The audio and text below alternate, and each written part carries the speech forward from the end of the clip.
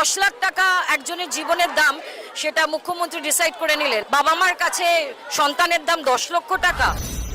এই মুহূর্তে দাঁড়িয়ে পশ্চিমবঙ্গের পুলিশ মন্ত্রী এবং স্বাস্থ্যমন্ত্রী এবং মুখ্যমন্ত্রী একই মানুষ, তার নাম মমতা বন্দ্যোপাধ্যায়, ও তিনি একজন মহিলা।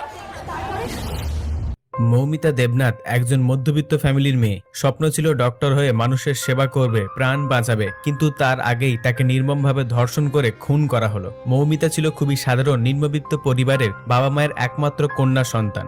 MBBS পাস করে কলকাতা RG মেডিকেল কলেজে চেস্ট বিভাগে পোস্ট গ্র্যাজুয়েট করছিলেন। গেল বৃহস্পতিবার রাতে টানা 36 ঘন্টা অনকল ডিউটিতে ছিলেন তিনি। কিছু সংখ্যক হাসপাতাল কর্তৃপক্ষের তরফ থেকে জানা যায়, রাত 2টার সময় বাইরে থেকে খাবার নিয়ে এসে বন্ধুদের সঙ্গে মিলিত হয়ে ডিনার করে। এরপর বিশ্রাম নিতে যান জরুরি ভবনের 4 তলার। আসসালামু আলাইকুম ওয়া রাহমাতুল্লাহ। সম্মানিত দর্শক বন্ধুরা, স্ক্রিনের ভিডিওতে আমরা দেখতে পারলাম যে মৌমিতাকে ধর্ষণ করে হত্যা করা হয়েছে। তো এই ভারতের এই ঘটনা কিন্তু ব্যাপক চাঞ্চল্যকর সৃষ্টি করেছে। মৌমিতা দেবনাথকে 20 জনের মতো পুরুষ মানুষ তাকে ধর্ষণ করার পরে হত্যা করেছে। সব থেকে আশ্চর্য বিষয় হচ্ছে, বেদনায়ক বিষয়টা হচ্ছে, মৌমিতার যে সঙ্গে কলিগ ছিল, একসাথে যে কাজ করত, একই সাথে রাত্রে একই টেবিলে খাবার খেয়েছে। খাওয়ার পরেই যখন সে রাত 2টা বাজে বিশ্রামের জন্য গিয়েছে, তারপর পরই তাকে পালাক্রমে ধর্ষণ করা হয়েছে। ধর্ষণের কাজে সহযোগিতা করেছে তার যে কলিগ ছিল, ঘণ্টাখানি আগে যার সঙ্গে এক টেবিলে বসে খাবার খেয়েছে, তাকে ধর্ষণ করার জন্য সেখানে সাহায্য করেছে। এই বিষয়টা দেখে কিন্তু মৌমিতা অনেক আফসোস নিশ্চয়ই করেছে, কারণ সে একজন মেয়ে মানুষ, আর একটা মেয়েকে এইভাবে ধর্ষকদের হাতে তুলে দেওয়া খুবই বেদনায়ক একটি বিষয়। মৌমিতাকে যেভাবে ধর্ষণ করেছে, ভিডিওটিও কিন্তু এখন ফাঁস হয়েছে। প্রায় 10 মিনিটের একটি ভিডিও সামাজিক যোগাযোগ মাধ্যমে ছড়িয়ে পড়েছে। জোরপূর্বকভাবে তারা 20 জনের মতো পুরুষ মানুষ তাকে ধর্ষণ করেছে, তারপরে তাকে হত্যা করেছে। তার শরীরের ভিতরে কামড়ের দাগ পাওয়া গেছে 115টির মতো। তার শুক্রাণু পাওয়া গেছে 150 গ্রাম। একজন পুরুষ মানুষের শুক্রাণু থাকে সর্বোচ্চ 5 গ্রাম কিংবা 6, এর বেশি হয় না। আর মৌমিতা দেবনাথের সেই মেডিকেল রিপোর্টের ধরা পড়েছে, রিপোর্টে আসছে 150 গ্রাম। এতে ধারণা করা হয় 20 জনের মতো পুরুষ মানুষ তাকে পালাক্রমে ধর্ষণ করে নির্মমভাবে হত্যা করেছে। এই হত্যাকাণ্ডের সাথে যারা জড়িত, 1 নাম্বার হচ্ছে যে ওই সেই আরজিকর মেডিকেলের মালিক সন্দীপ ঘোষ, সে হচ্ছে এই হত্যাকাণ্ডের সাথে জড়িত। সন্দীপ ঘোষের অপকর্ম বিষয়ে তার যে মেডিকেল আছে, সেই মেডিকেলের অনেক অপকর্ম সে জানতো।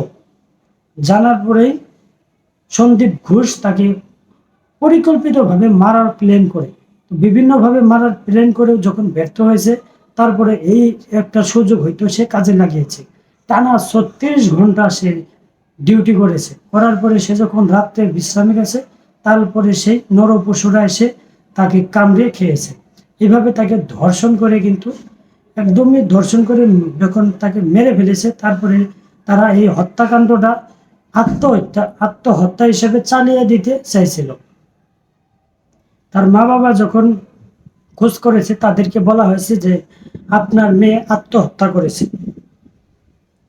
তার মাকেও কিন্তু লাশ দেখতে দেওয়া হয়নি।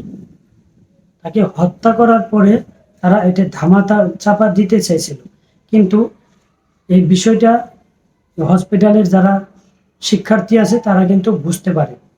আরজিকর মেডিকেলের যে শিক্ষার্থী আছে তারা বুঝতে পারে, একসময় জানাজানি হয়, তারপরে তারা সবাই রাজপথে আসে। এবং কি মমতা ব্যানার্জির বিরুদ্ধে এখন তারা মিছিল করতেছে, মমতা ব্যানার্জিকে পদত্যাগ করার জন্য আহ্বান করতেছে। মমতা ব্যানার্জিও কিন্তু এটা ধামাদি চাপা দিতে চাইছিল বিষয়টা। এই মর্মান্তিক একটা বিষয়, যেটা সিনেমার দৃশ্যকেও হার মানে। 20 জন পুরুষ মানুষ একটা মেয়েকে ধর্ষণ করে মেরে ফেলা বিষয়টা খুবই ন্যাক্কারজনক এবং কি নরপশুকেও হার মানায়। একটা পশুরাও এর থেকে ভালো কাজ করে, পশুরাও এত নিকৃষ্ট কাজ করতে পারে না। তারা এই নির্মম একটি কাজ করেছে। এর জন্য কিন্তু বাংলাদেশেও ঢাবি শিক্ষার্থীরা রাস্তায় মোমবাতি নিয়ে মিছিল করেছে এবং কি প্রতিবাদ জানিয়েছে। এর দৃষ্টান্তমূলক শাস্তি অবশ্যই হওয়া উচিত এবং কি দরকার। সে একজন ডাক্তার হয়েছিল, তার একটা স্বপ্ন ছিল সে মানুষের সেবা করবে। তার মা বাবারও তেমন সামর্থ্য নেই, তারা হচ্ছে মধ্য ফ্যামিলির পরিবারের একজন সন্তান। তো মেয়েটি ভালোই ছিল, সৎ ছিল, এর জন্যই কিন্তু সে এত দূর পৌঁছাইতে পারছে। কিন্তু তার স্বপ্ন সবকিছু চুরমার করে দিয়েছে সন্দীপ ঘোষ। তো আর.জি. কর মেডিকেলের মালিক সন্দীপ ঘোষকেও গ্রেপ্তার করা হয়েছে। ভারতে এখন চলতেছে মমতা ব্যানার্জির পদত্যাগের দাবিতে এখন আন্দোলন চলতেছে।